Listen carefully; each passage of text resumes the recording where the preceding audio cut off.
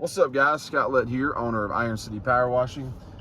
Supposed to be off today. It's Friday. We've had crazy week and a half, 2 weeks doing commercial work, some residential work. So I gave the guys the day off because we are working Labor Day, which is Monday. So technically we're supposed to be off today. But I got a call when I was out fishing by my house that I couldn't refuse to come out and look at. Okay, it's a really big gas station. I'm out here right now wearing our new collared shirts. I made these on Vistaprint. Got the nice Nike emblem there. Always want to rep your logo wherever you go, especially at estimates, just looking professional. So I'm out here right now, guys, and I just wanted to take it upon myself to just share with you guys the questions I ask at all commercial jobs, things I look for at commercial jobs, and the expectations you want to set for your client, especially at gas stations. Okay, right now I'm looking at years of mold. I'm looking at rust stains. I'm looking at oil stains older than me. I'm talking about this place has never been cleaned. Okay, everything is literally black. I mean, it is probably the nastiest gas station I have ever seen. Definitely the nastiest I've ever quoted. So it's different from, like a post-construction cleanup where you're just cleaning off red clay, dirt and stuff. You're rinsing it, may use a little F9 bark or whatever you use to get red clay stains up. So it's a different type ball game here. This place actually needs to be cleaned with some heavy duty chemicals. Okay, so the first thing I do at a place like this is I set expectations. I let them know, look, we're going to make this place look a lot better, because that is true. But if you're expecting this place to look brand new, if you're expecting all these oil stains to come up, that's just not going to happen. Okay, we can make this place look really good. We can make it look better, but those oil stains have been there for 30, 40 years, even 10, 15 years, even 5 years. It's been chilling there for a long time, and it's settled into the concrete. That's not fully coming out. Okay, we'll make it look better, but it's not going to come out. And I think there's a lot of guys out there, who say, man, we can make this place look brand new, and that's not the case. So don't put yourself in that position to where you overpromise, underdeliver. Always underpromise and try to overdeliver. Okay, especially with these jobs like this, because like I said, this place is disgusting. So I just let them know, look, if you're expecting this place to look brand new, it's not going to happen. But we have professional equipment. We have the degreasers. We have SH. We have F9 bark for the rust.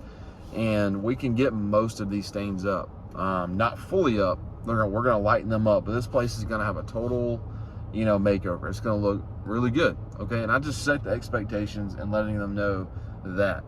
Do not tell people you can make a gas station that's been here for a very long time. Don't tell them you can make it look brand new. All right, it's not going to happen. The second thing I look for, water. Like, I walked around this whole building. I don't see any water anywhere. If there's no water for me to hook up to, I'm not doing the job, because I'm not hauling water back and forth. I'm not ordering a water truck. If there's no water for me to supply, my tanks, I'm not doing the job. I'm not even going to negotiate it. Okay. So that's one of the first things you have to ask is, like, is there water on site for me to even do the job? Okay. I don't know that yet. I've called the guy, let him know I was here. He hasn't called me back. I've looked for water. I'm assuming there's water here. This is kind of a bad area, bad part of town. So I'm sure people have tried to tap into their water. So they probably just turned it off on the outside for use. But that's something we're going to have to figure out. But in this instance, if there's no water here, I'm going to pass on the job. Okay. So 1, set expectations. 2, make sure there's water. 3, ask them when they want it done. It's a gas station. Do you want this done at night? Okay. Is it okay we do this during the day? In this scenario, he told me he wants it done at night. I'm in a sketchy area. All right. So that alone is going to make my price go up. What do I charge per square feet on these jobs? I'm not going below 20 cents. Okay. It's a big place. It's going to require a lot of SH. It's going to require a lot of chemical. So I'm going to charge 20 cents per square foot plus the cost of chemical. All right. And it's going to be done at night. So it's going to be a high ticket job. It's going to be about $5 or $6 grand to come out here and do this. Okay. And I'm still waiting for the scope of work. You know, make sure you have a clear scope. He told me he needed the gas station cleaned. And what does that really entail? Do you want the awning done? Do you want the building done? You know, he mentioned all the concrete, but I mean, there's things he probably assumed may be included. So make sure you have a clear scope of what they actually want done. All right. Figure out where all your water drains to. All right. There's a few drains here. Make sure it actually drains. You don't want to come out here and clean and then have a huge puddle, you know, of water that you're going to be held responsible for. All right. I've had that happen before. Commercial work's a beast, guys. And then you're going to have people coming in and out of here, getting in your way, you know, while you're trying to clean, even at night. So I try to do the areas around the pumps first. Usually that's where your heavy stains are, all your foot traffic. People have thrown their drinks on the ground. There's a lot of sugar, a lot of oil, grease from the cars. So I try to knock that area out first, get that out of the way.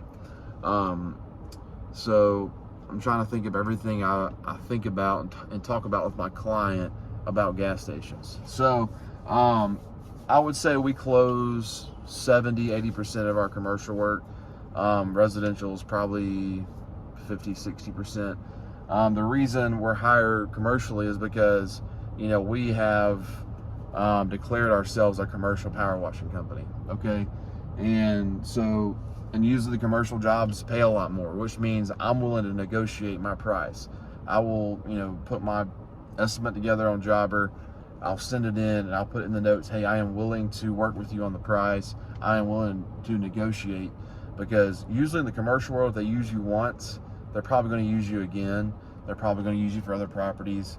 In the residential world, they could use you again, but it could be a couple years, few years before they need you again. They're probably going to forget who you are. If you're not good at following up with your clients, you know, and keeping up with your book of business, you know, that's something you need to work on. So in the residential world, I don't really negotiate. Here's my price. You know, I will follow up with you if I do a job for you. But, you know, residential world, I'm not really willing to negotiate. Okay? Because there's a lot of customers out there we do work for, we do a good job, and then they're going to wait 4 or 5 years to even think about it. It's just tough. Okay?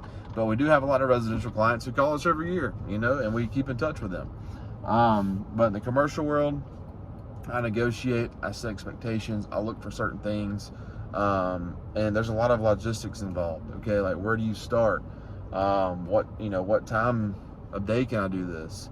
What chemicals do I need? Where's all the water going to flow to? And where is the heavy amount of traffic going to be coming from? You know, I've noticed there's one entrance everyone uses right here. So there's just a lot of different things you have to be prepared for these type jobs. All right, there's a lot of gum on the ground. Do you want the gum up? That's a whole different ball game there. If he wants the gum up, I'm probably gonna pass on the job. We don't have a hot water machine.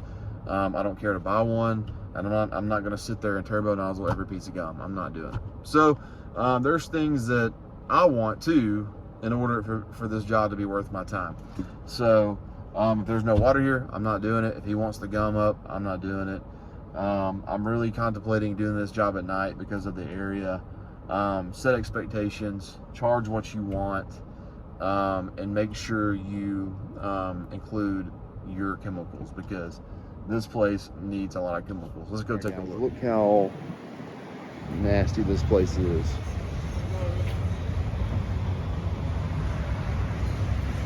It is black.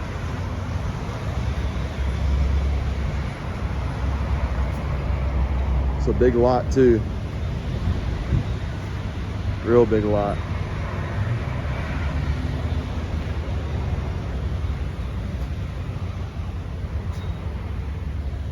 And there's the rust stains I was telling you about.